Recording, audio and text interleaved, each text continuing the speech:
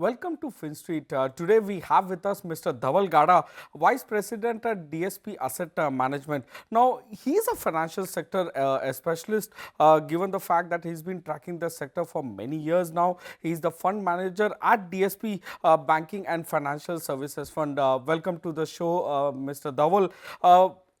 How do you read into the Q4 FY24 numbers of the banking sector, and what is your view with respect to outlook for the sector going ahead?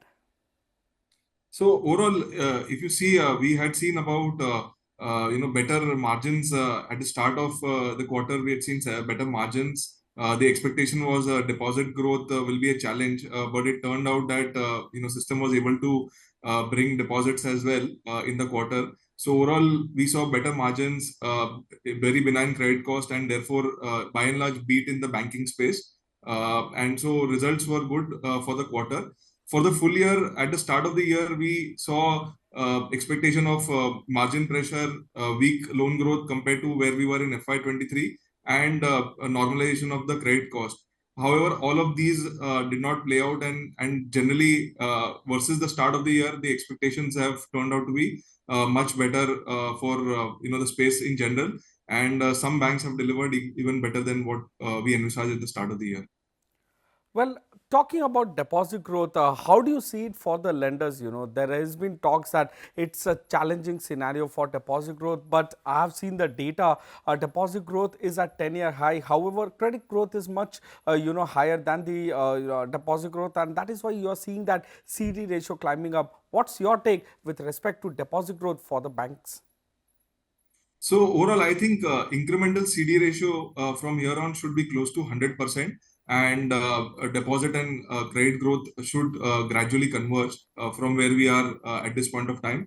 I think the whole deposit growth story is slightly misunderstood, given that we've seen, like you rightly said, deposit is at a 10-year high, the growth is at a 10-year high, and similarly, the credit growth is highest since 2012. So we're back to the heydays of credit growth, and therefore deposit is supposed to lag.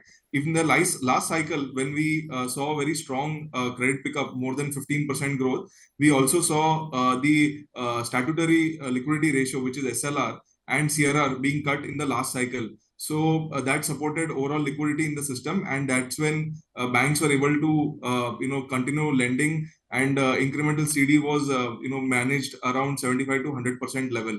In the current cycle, we have not seen these phenomena play out, and that is why in the last 2 years, where credit growth has surprised positively to all of us, like I mentioned earlier, deposit is chugging along well, and the incremental CD is more than 100%. From here on, I do expect the regulator to support the market with adequate liquidity. And at some point, I am hopeful that the CRR will also get normalized to pre-COVID levels of 4%, which should help deposit growth in the system. So overall, I remain quite constructive about deposit growth. Credit growth creates deposit growth, and I remain quite hopeful that they both should converge in the next year or so. Well, loan growth that you are talking about, many lenders have given FY25 outlook with respect to the loan growth rate being lower than what they have seen in FY24. So, with respect to credit growth and any pocket of concern that you see in the credit growth going ahead? So it's very interesting, Abhishek, that last year, at the start of last year as well, the expectation was that credit growth will be lower than FY23. We ended FY23 at about 15% growth, and general expectation was 13 to 14% growth for FY24. We actually ended at about 16% growth for FY24. So this year as well, we are again starting with 13 to 14% growth expectation. Like you rightly said, generally, lenders expect growth to be slightly lower than what it was in FY24. Mainly, the concerns are emerging in the growth of unsecured credit, where the regulator has also been guiding the system to moderate growth and converge it closer to the system growth.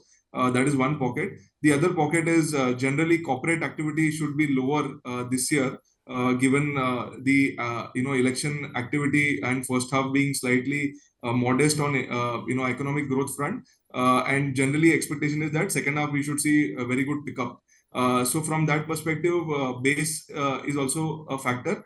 for lower growth expectation. However, I'm very confident that we should be similar growth, give or take 1 percentage point compared to FY24 level, and probably at the end of FY25 we should be around 15 odd percent growth for the system. And main delta from there on should be slightly moderate growth in retail, specifically unsecured credit.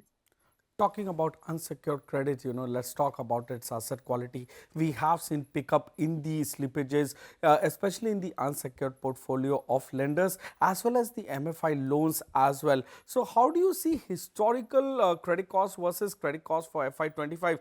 Some of the lenders have guided for higher credit costs. So what is the outlook, especially with respect to retail NPAs in the unsecured and MFI space that you view for FY25? Yeah, so that's the only pocket that I'm worried, which is unsecured credit, and specifically, three pockets within unsecured. One is MFI, like you rightly said. That is where we are seeing some bit of stress emerge in select pockets, like it is always in MFI, but that is an area of concern. The other pocket is credit cards, where we are seeing slightly elevated levels of stress compared to what it was pre-COVID. And the third pocket where we are incrementally seeing some signs of stress is unsecured business loan.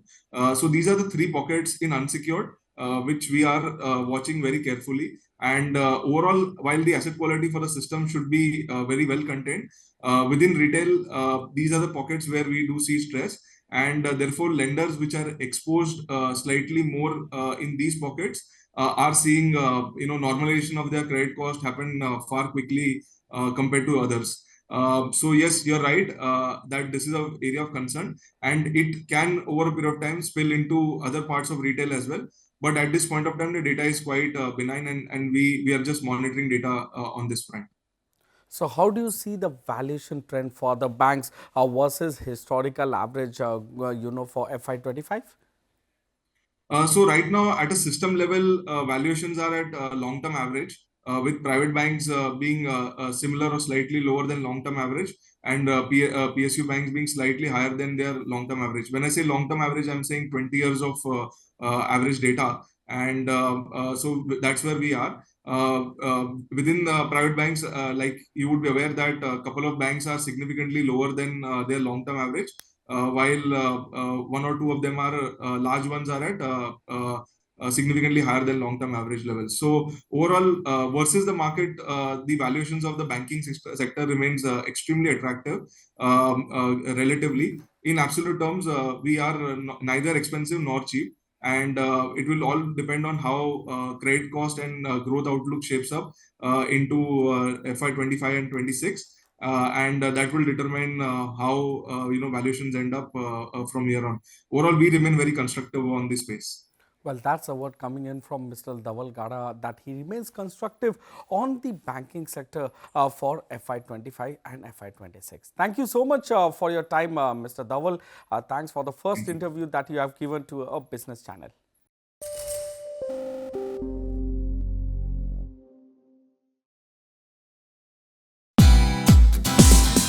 Thank you for watching us on CNBC TV18. For all news and updates, subscribe to our YouTube channel and watch us on all social media platforms.